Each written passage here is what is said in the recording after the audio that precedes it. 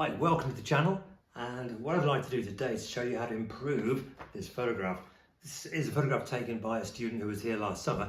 She continued travelling around Europe, and lovely photograph, nicely composed, but it's a little bit lacking in drama. She'd like to have some help in. What I'm going to do is to bring a little bit more light and shade into the picture, some sunshine softening through these trees, some shadows across the road, and at the same time, perhaps more importantly, I'm going to help her to show the difference in the different layers of the trees, distinguishing background and foreground and so on. So let's get started. So there's the reference photograph I'll be using. This is, it's a nicely photographed scene, but as you can see, it's a bit of a dull day. So my plan in this video is to show you how to bring a little bit of sunlight to enhance the scene. What I'll often do is what I would call a thumbnail sketch, just to kind of get the layout, so I'm happy with it before I do a large version. So in this case, everything's a one-point perspective, just focusing down that road, down the wall to the bridge, and I'm just going to draft that in, and you can see how this is all coming together. So everything vanishes to that little one point there, just a couple of centimeters into the left. Now what's key on this picture is that curve of the river under the bridge and the distant hills, just being able to kind of lift the bridge out of the place. Often overlooked. Do take your time when you're doing the drawing. If you're looking at a scene, see what are the key parts of a picture. So in this case, I'm just kind of drafting it out, putting a little chateau in the background, and just very loosely put the towers in and so on. And what sometimes happens is that you'll do a little sketch like this and realize actually no, you want a slightly wider format or you want a higher format, and now's the time to find out these kind of things.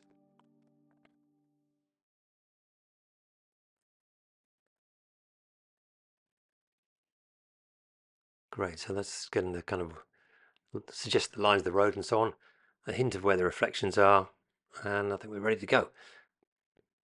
I'll put a little bit of colour on this just to work out the colour composition, which once again will help in the later painting.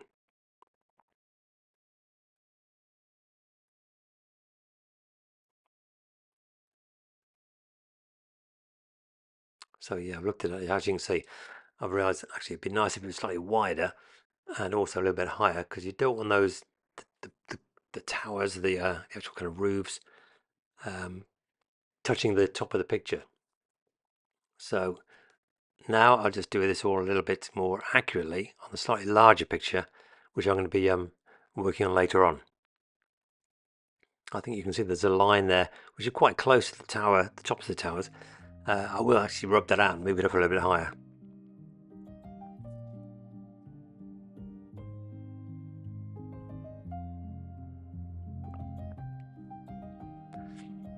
That's probably enough information there to get the scene started.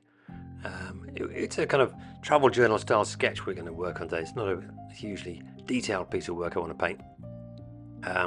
So in the same way I've just drawn out a little thumbnail, I thought what's going to help is just putting a little bit of light and shade in, some simple colours into the picture, just to help me make some choices for the later painting. So as you can see, I'm just increasing the strength of some of the trees in the foreground. I've put some shadows in. I think that will work out well.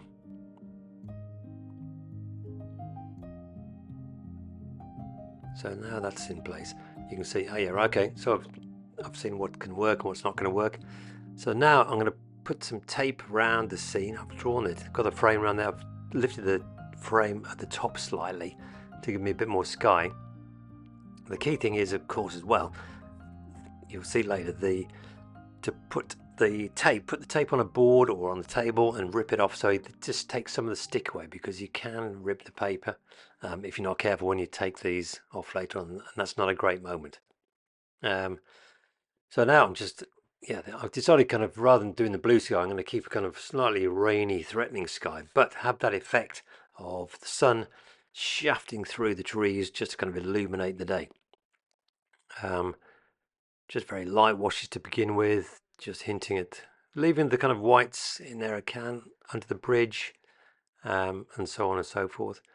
And you'll notice I'll always have a little piece of paper on the side just to try some colours out before I actually put it onto the paper. I'm sketching in one of our travel journals here. This is really nice watercolor paper, 300 gram. It's got a little bit of texture, a little bit slightly rough texture, which I like. Just gives it a little bit of character to your painting. And so now I think the time to just get those initial washes in. I've got some Payne's grey and some Naples yellow. And then once I'm happy with the layout and the basic colours, I'll start putting some greenery in. What you'll see I've lifted the trees slightly on the right hand side just to have a little bit more of a hint of something going on behind there, which just makes it a little bit more interesting for the final visual. Okay, now with some sap green with a little bit of cadmium yellow, just to kind of soften that. I'm going to just sort of wash some background tones just sort of lightly, keeping that river line nice and sharp. Some of the sap green and yellow onto the bank as well. Very just sort of loose and light at this stage. But while it's damp, you can add other colours, the ochres and so on and so forth, and that will just help you give a little bit of texture to the area. So while I'm here, while that's drying, I'm going to put the towers in. Those kind of slate roofs here and there. Eventually I'll come back and add a little bit more texture onto the actual buildings themselves.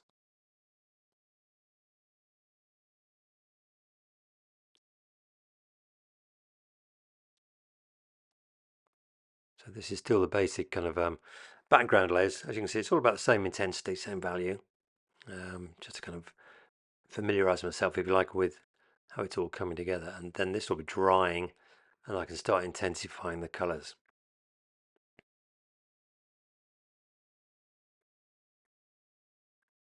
So now I'm just going to start putting some stronger shadows in under the bridge, under the trees. Tidy that up a little bit.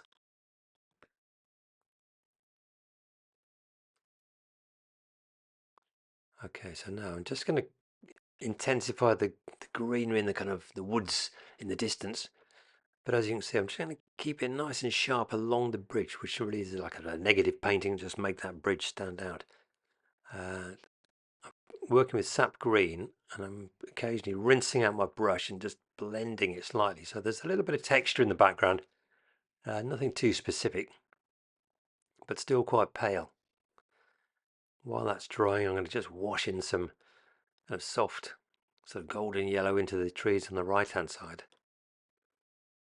Just keeping that kind of random brush stroke on this kind of side of your brush. What you want to do is like tip the brush over slightly, so it's quite almost flat to the page, rather than dabbing leaves, which people often do.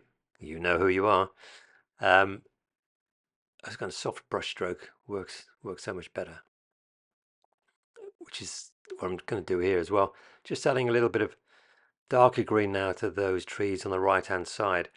What I'm thinking is that I'm going to have a sunlight coming sort of diagonally down from the right hand side. So hence the trees will be lighter on the right hand side and darker on the left and underneath. While those are drying, there's a nice kind of little bit of planting behind the towers, and you can just use that well. Just put a sharp line and then very soft brush strokes to hint at some trees there. Oh yeah, I forgot these. These are the ones just beyond the bridge, so eventually they'll be a little bit darker than the distant hills, but not as dark as these trees in the foreground. Now there's a bit of yellow, sorry, hooker's green and burnt umber.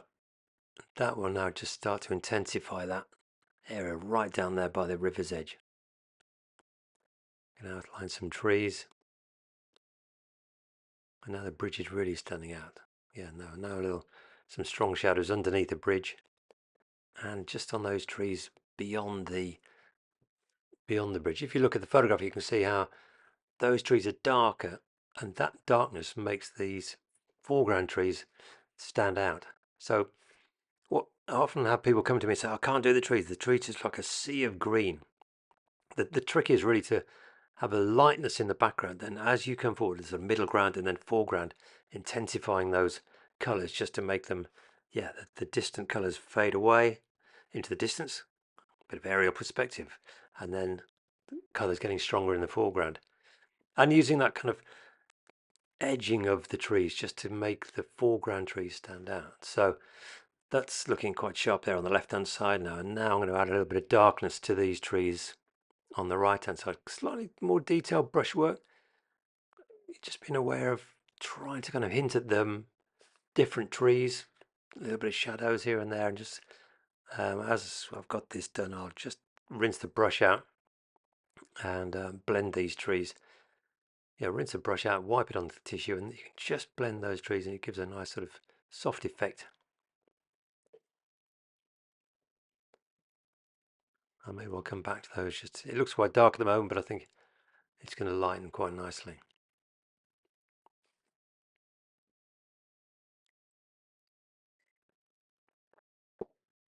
Yeah, so at the same time, I'm going to drop in the hint at some tree trunks, a little bit more blending.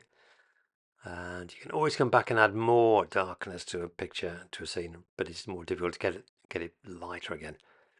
So now that initial shading under the trees has lightened, but I think it can be a little bit stronger. Likewise, now I'm putting a sort of stronger tone on the bank. Random little bit of yellow ochre, some burnt sienna. While it's damp, it kind of blends nicely.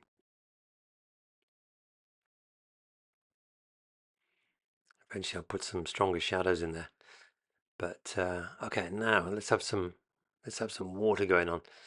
I've got a kind of, yeah, it's a sort of hooker's green and a little bit of Van Dyke brown, I think, burnt umber in the mix. Just sort of lightly washing these in, keeping my eye on the scene with that kind of there's a kind of vertical line on the right hand side by the bridge, and then by painting this in horizontally, you get a nice kind of illusion of sort of ripples on the water. That can be a little bit stronger down here in the foreground. Yeah, like I say, while it's still damp, it's kind of blending quite nicely. Just kind of don't have it too even, really. I think that's the key thing. But keeping that lightness behind the bridge will really help.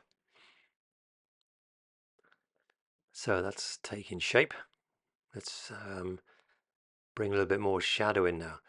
So what I'm going to do now, yeah, down the side of this wall, if you imagine the sun shining from the right hand side, there's going to be a little cast shadow of that wall, and also these trees in the foreground. So I'm going to actually imagine the trees, the shadow going across the road before I put the tree in, because the tree's going to kind of go on top. So that's nice. Yeah, so it's just strong enough to give a little bit of light and shade on the road. I'll maybe even come back and sharpen that up. Just a little cast shadow on those poles, on the left hand side as well. I may well come back and strengthen that up. So now while I'm here, I'm going to just putting a little bit of texture in the foreground on the wall here, blending it through as well with a damp brush, and then a little stronger shadow on the towers.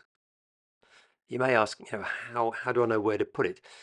I guess it's observation, really. I think if you look through your photographs or you look at a scene, make a note of where the shadows are. So yeah, in this situation, you can come back to a picture and think it would be there roughly. So as you can see now, I'm putting some shadows in across down the bank, leaving some little gaps. The sunlight's getting through the trees, getting through the leaves. I'm just doing a little bit of breaking that up in the background between the trees. And yeah, now that's taking shape. So now let's have a look at that. We're going to cut that sort of mid-ground tree with the red flowers, the red blossom. Not quite sure what that is. I'm sure perhaps somebody can tell me what kind of plant or bush or tree that is in the notes below. I've got the kind of mid-green, sap green, and now I'm getting a little bit of darker Payne's grey mixed in with a sort of hooker's green for that really sort of super dark. And as you can see now, this tree is standing out from the trees down by the chateau. Yeah, while I'm at it, I'll just strengthen these shadows under there and under those trees. Let that dry on the left hand side, and once that haze dry you can get some really bright thick cadmium red I've chosen, and I'm going to put some colour onto the tree there now. Keeping it kind of random, but it's got to be dry underneath, otherwise the red will just soften into the greenery. So let that all dry, and then you can paint this red. Literally just tip it on like that, spot it on, and it just looks it just jumps off the page. Now time for a little bit of some windows, some details. Just a kind of fine brush here. Now, I mean, this is, I'm not sure, but I've got like these travel brushes, these kind of the clip apart, put them into a tin. I literally have a small, medium and a large. I'm not sure what size they are, but this one is a smaller one, and this is now kind of adding some details in.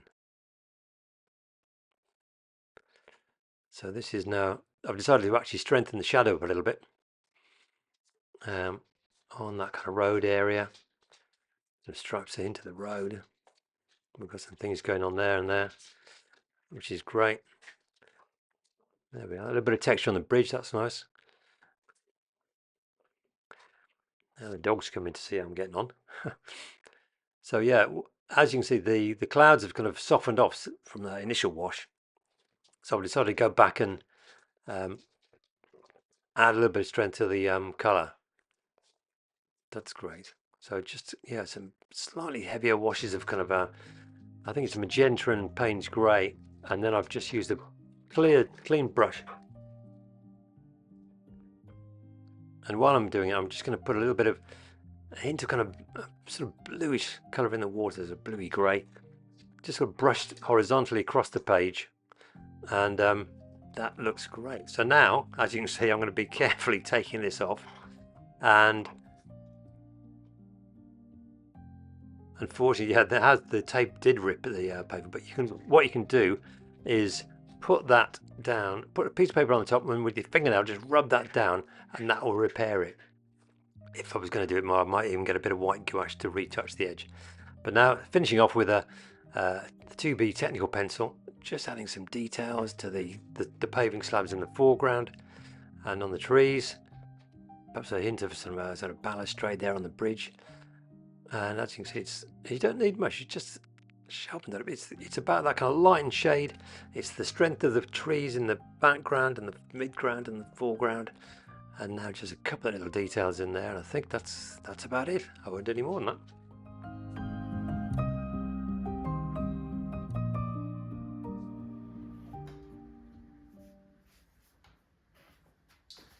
So, thanks for watching. I hope you've enjoyed the video and learned something. And if you have, please like and subscribe. And I look forward to seeing you in the next video.